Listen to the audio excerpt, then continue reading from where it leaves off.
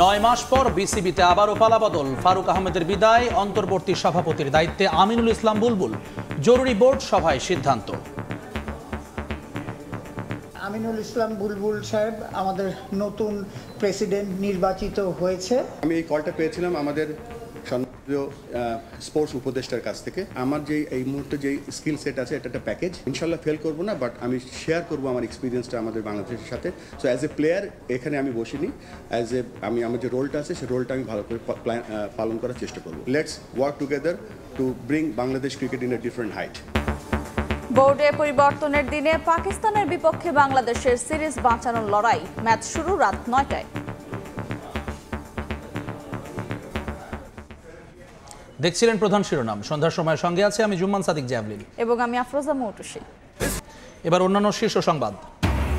নির্বাচন দিতে চান না ডক্টর ইউনূস। ডিসেম্বরে না হলে আর ভোট হবে না শঙ্কা আব্বাসের। শুধু বিএনপি নয়, যুগপৎ আন্দোলনে থাকা সব দলই ইলেকশনের পক্ষে বলছেন সালাউদ্দিন। বাংলাদেশকে $100 কোটি সহায়তা দেবে জাপান। 6টি সমঝোতা ও চুক্তি সই।